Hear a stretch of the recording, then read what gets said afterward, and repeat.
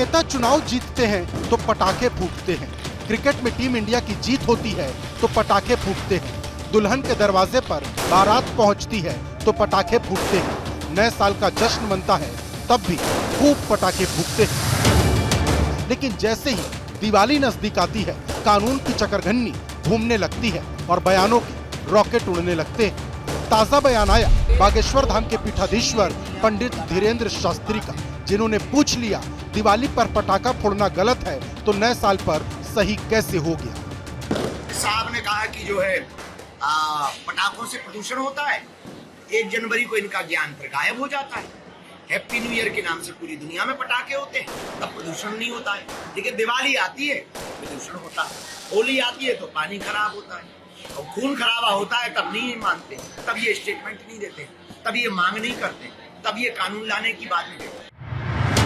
होली पर पानी बर्बाद मत करो, दिवाली पर पटाखे मत फोड़ो, शिवरात्रि पर दूध मत बहाओ, गणेश उत्सव पर मिट्टी की मूर्ति मत विसर्जित करो। अलग अलग कारण बताकर अलग अलग तरह की सलाह दी जाती है। लेकिन अब धीरेन्द्र शास्त्री ने दिवाली पर सुतली बम खरीद लिया है और सुतली बम को कहां रखकर फोड़ना है ये भी बता दिया है। ये दो पक्षीय नियम लगाने की जो बातें करते हैं, ऐसे लोगों के ऊपर ही हमें सुतली बम रखवाना है। भैया हम तो दिवाली अच्छे से मनाएंगे, सुतली बम खरीद लिया। बाबा बागेश्वर ने सुतली बम का जिक्र किया और उनका बयान रॉकेट की तरह मुस्लिम धर्मगुरु तौकीर रजा के दरवाजे तक पहुंच गया। तर्क ये दिया कि पैसे की बर्बादी मत करो और ज्ञान ये था कि आतिशबाजी उतनी करो जितने में खुशी मिल जाए।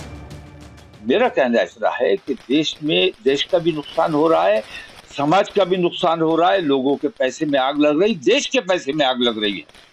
आतिशबाजी खुशी के इजहार के लिए अगर छोड़नी है तो इसलिए छोड़िए कि खुशी का इजहार हो जाए।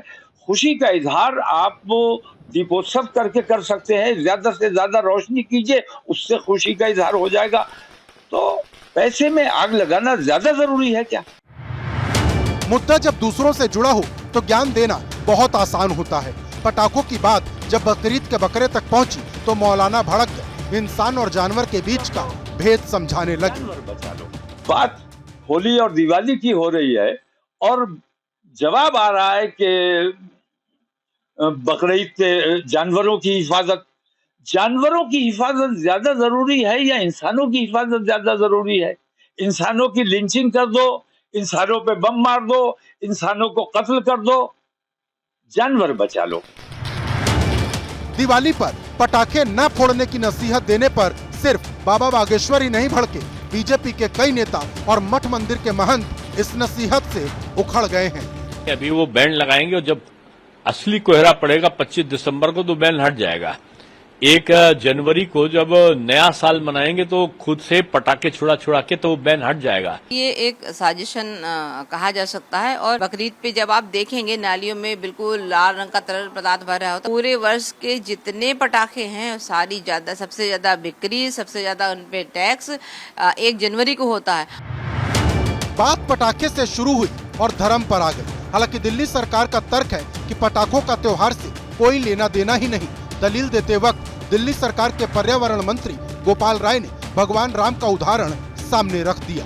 प्रभु श्री राम आए थे अयोध्या, उसमें तो पटाखे थे भी नहीं। इन चीजों को लोगों की जिंदगी बचाना, इस तरह से मेरे ख्याल से सबको समझना चाहिए। त्योहार भी धूमधाम से मनाइए और लोगों की जिंदगी भी बचाइए, यही संदेश है हमारा। वैसे डॉक्टर भी बताते हैं कि पटाखे जलाने से बुजुर्गों और बीमार लोगों को नुकसान होता है। लेकिन तमाम नसीहतों और कोर्ट के आदेश के बाद भी दिवाली पर खूब पटाखे फूटते हैं। दिवाली से पहले भी फूट रहे हैं, लेकिन मामला सेहत से होते हुए अब सनातन पर आ गया है।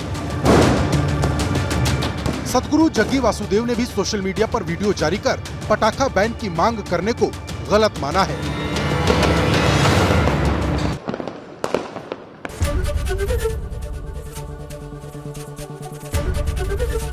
एबीपी गंगा, खबर आपकी, जुबान आपकी।